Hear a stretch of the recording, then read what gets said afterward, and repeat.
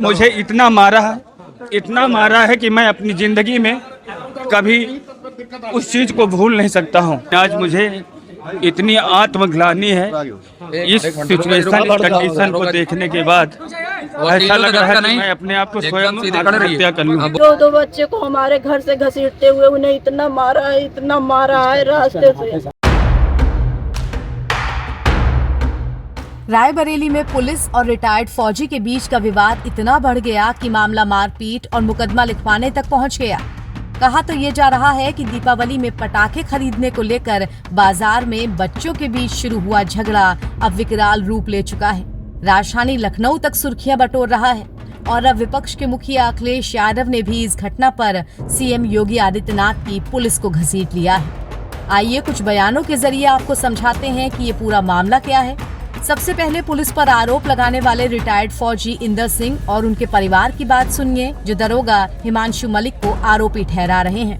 अगर छोटी सी भी कोई दुर्घटना हो जाए, अगर हम कोई हेल्प प्रशासन से, पुलिस से मांगते हैं, अगर ये बता दें कि हम फौजी हैं, तो इतना गंदा व्यवहार उनके साथ होता है कि मैं उनको शब्दों से बयान नहीं कर सकता हूँ। माननीय मुख्यमंत्री तक मैं ये अपना संवेदन पहुँचाना चाहता हूँ। मैं अपने घर पहुँचने के बाद बच्चे हमारे मार्केट गए, कुछ पटाखे वगैरह ले रहे थे। उसके बाद वहाँ पता चला कि लड़ाई हो गई बच्चों में। हम वहाँ से आए और चौकी के पास ये हादसा हुआ। चौकी के पास जब पहुँचा, चौकी इंचार्ज हिमांशु मलिक, जिसे हमने बोला कि अगर चौकी के पास ये सारी चीज़ें हो रही है तो अगर दूर दराज में हो रहा तो आप लोग को तो पता भी नहीं चलेगी।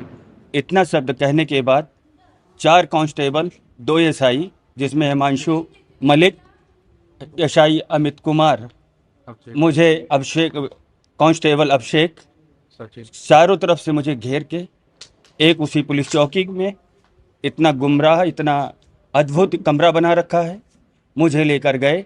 बोले तुम्हारा बयान लेना है, और मेरे साथ वो चीज़ें किया है कि जो मैं सेना में 24 साल में कभी मैं बता नहीं सकता। मुझे इतना मारा है कि मैं अपनी ज़िंदगी में कभी उस चीज को भूल नहीं सकता हूँ। पुलिस ने मारा क्या? पुलिस ने हमें मारा है। अगर मारा होता तो मैं वो करता। मुझे उस तरह से मारा है जिस तरह एक दुश्मन को, हम भी फौजी आदमी हैं, टेररिस्ट को उस तरह से पनिश नहीं करते हैं जिस तरह से इन लोगों ने मुझे लेकर कर दौड़ कर मुझे मारा है। बच्चों से पहले थोड़ी पता नहीं क्या लड़ाई हुई, क्या दंगा हुआ। बच्चे पटाखा लेने गए थे मार्केट में, उस दिन त्योहार था, लेकिन उसमें हमारे पति जब पूछने गए कि बच्चों को अंदर क्यों किए हो, पुलिस चौकी वालों ने बच्चों को पकड़ के अंदर कर दिया। उनसे पूछने गए कि क्यों उन्हें अंदर कर दिए हो, तो वो उन्होंने हमारे पति को ज़बरदस्ती बिठा लिए और बिठा के फिर थोड़ी देर के बाद उन्हें कहे हमसे बयान हम लेने चाहते हैं। उसके बाद हमारे पति को बहुत मारे हैं, अंदर ले जाके उन्हें बयान के उसमें हमारे पति को बहुत, पति हमारा चल नहीं पा रहा है, उसके ऊपर केस भी करके उसे अंदर भी कर दिए हैं। क्या पति क्या करते थे आपके? पति हमारे आर्मी के रिटायर हैं, अब एम्स में भी ड्यूटी करते हैं इस समय। तो आज किसके पास आई है? आज हम एसपी साहब के पास आए हैं। क्या करने? न्याय मांगने के लिए आए हैं कि एक आर्मी के फौजी आने के बाद उनके क्या हालात होते हैं, हम उनसे न्याय चाहते हैं। हमारा बच्चा भी वहाँ है, जो गुनाह किए हैं वो गुनाह वाले वहाँ छूट के टहल रहे हैं।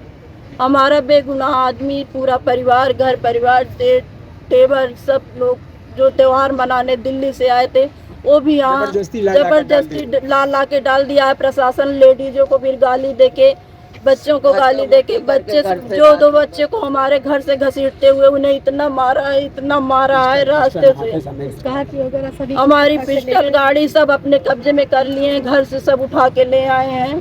पुलिस चौकी जो इंचार्ज हैं हिमांशु मलिक जी, उनकी आपस में कुछ तू मैं हुई, जिसके तहत कहीं न कहीं जो हमें हमारे संज्ञान में आया है, उनके जो वहाँ पे 4-6 लोग साथ में उनके सिपाही थे, वो लोग मिल करके इनको कुछ बात करने के कह करके और एक कमरे में पीछे ले गए, जहाँ पर अब इनके द्वारा ये इल्ज़ाम लगाया जा रहा है कि फौजी ने हमारे ऊपर ऐसा किया है। मुझे नहीं लगता है कि एक अनुशासित जो कि सेना में इतने दिन सेवा किया हो और वो कोई अनुशासनहीनता करे, ये मानने के लिए तैयार नहीं हूँ। और उनके द्वारा ऐसा कहा गया और ये उनको ले जाके वहाँ पे बहाने से और वहाँ पर अच्छी तरह से, जो एक हम लोग भी फौज में रहे हैं और एक आतंकवादी के साथ हम लोग ऐसा नहीं करते हैं, और यहाँ पर एक आतंकवादी से भी बड़ा जो है उनके साथ निर्दयता से उनके ऊपर डंडों से, बेल्ट से, जो भी उनके पास था उससे पिटाई की गई।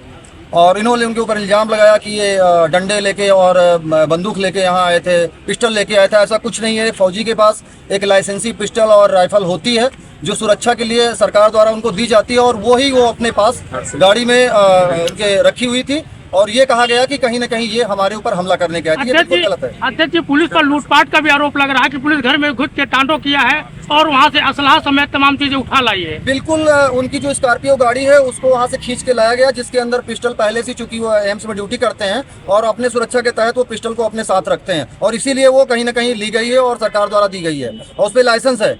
और उसमें गाड़ी में दीपावली का समय था, जो कि उनकी पत्नी ने स्वयं मुझे बताया, मैंने स्वयं बात किया है कि हमारी पर्स उसमें पड़ी थी, उसमें 25-30 हज़ार रुपये भी थे। वो पर्स भी कहीं न कहीं पुलिस के पास है, या जो भी उन्होंने किया हो। और बच्चे को उनके घसीटते हुए, जो उनकी पत्नी ने बताया है इंदल की, उनकी बच्चों को पुलिस ने उनके घर से घसीटते हुए, जैसे लगता है उन्होंने किसी की हत्या की हो। इतनी बड़ी कोई वो कारनामा नहीं था, ऐसा इतनी बड़ी कोई कृत्य नहीं था जो कि उनके बच्चों को घसीटते हुए पुलिस ले जाए। आप लोगों की मांगे क्या हैं? हम ये चाहेंगे कि हिमांशु मलिक जी, जिन्होंने ऐसी घटना को अंजाम दिया, या उनके सिपाही जो भी उसमें इन्वॉल्व हैं, उनके ऊपर भी मुकदमा दर्ज हो। जो धाराएं हमारे फौजी भाई के ऊपर लगी, वो धाराएं उनके ऊपर भी लगनी चाहिए, क्योंकि जो इन्होंने किया वही उन्होंने भी किया, तो इनमें और उनमें अंतर क्या रह गया है? अध्यक्ष जी, आप इस चीज को मानते हैं कोई चौकी थाने पे जाएगा तो असलहा और सरिया लाठी डंडा लेकर जाएगा? बिल्कुल नहीं।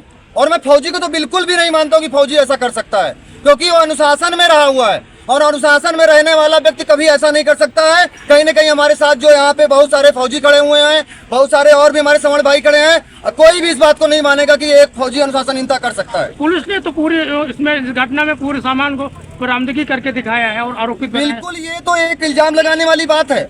हमारी गाड़ी में हमारी पर्सनल लाइसेंसी अगर मेरी पिस्टल रखी है और उसको दिखा दिया जाए कि ये कहीं से इधर उधर की जो है कट्टा है, कारतूस है, ये तो इल्जाम लगाने के लिए तो कहीं से भी कोई भी चीज लगे, सरिया भी बगल से लगा के उनके सिपाही किसी से मंगवा के भी रखा जा सकता है। क्या आश्वासन दिया पुलिस अधिकारियों ने? आश्वासन यही दिया कि इसकी निष्पक्ष जांच की जाएगी, और जो इसमें दोषी है उसको सजा दी जाएगी। जो बच्चे इनके कहीं न कहीं अरेस्ट किया गया इनके द्वारा, उनको छोड़ा जाएगा, यही आश्वासन इनके द्वारा मिला हुआ है। तो फौजी का ये आरोप है कि पुलिस ने उनके घर में घुसकर उठापटक की, गाड़ी, बंदूक समेत अन्य सामान ले गए। वहीं उल्टा फौजी इंद्रजीत सिंह पर ही मुकदमा लिख दिया, वो अलग से। हालांकि ये एक पक्ष की बात है। अब दूसरी तरफ पुलिस का आरोप है कि रिटायर्ड फौजी ने भी थाने में पुलिस के साथ मारपीट की और वर्दी फाड़ने की कोशिश की। थाना क्षेत्र डलमऊ के गुरुवारा चौकी क्षेत्र में एक सूचना प्राप्त हुई कि दो पक्षों में मारपीट हो रही है। सूचना पर मौके पर स्थानीय पुलिस पहुंची तथा दोनों पक्षों को चौकी पर ले आई। इसमें से एक पक्ष जो चाहत है, उनके पिता इंदल सिंह हैं, जो पूर्व फौजी भी हैं, वो वाहनों पर करीब 7 से 8 लोग जो है वाहन पे आए, और उनके पास हथियार थे, सरिया, लाठी डंडे थे, और आकर के दूसरे पक्ष सनी पक्ष को मारने पीटने का प्रयास किया। पुलिस इस पे हस्तक्षेप किया, और हस्तक्षेप करने के बाद जो ये है चौकी का घेराव कर लिया और पुलिस पर हमलावर हो गए। पुलिस ने आवश्यक बल प्रयोग करके इनको गिरफ्तार किया गया है और सुसंगत धाराओं में अभियोग पंजीकृत करके न्यायिक अभिरक्षा में भेजा गया है।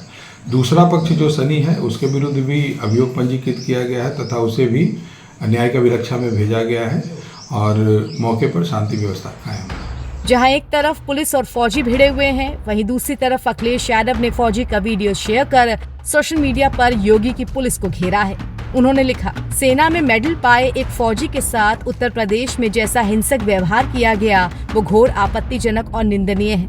मुख्यमंत्री जी, कम से कम फौजियों के सम्मान में तो न्याय करें। देखना है पूरा थाना सस्पेंड होता है या फिर उन पर बुलडोजर चलाया जाता है। तो कुल मिलाकर जिस तरह इस घटना में पुलिस और आर्मी वाले आमने सामने आ चुके हैं, उसे देखकर लगता नहीं कि ये मामला इतनी जल्दी सुलझेगा। वहीं दूसरी तरफ विपक्ष इसे मुद्दा बनाने की ताक में बैठा हुआ है, वो अलग से। अब देखना है इस मामले में आगे क्या कार्रवाई होती है। NBT ऑनलाइन के लिए रायबरेली से माधव सिंह के साथ ब्यूरो रिपोर्ट।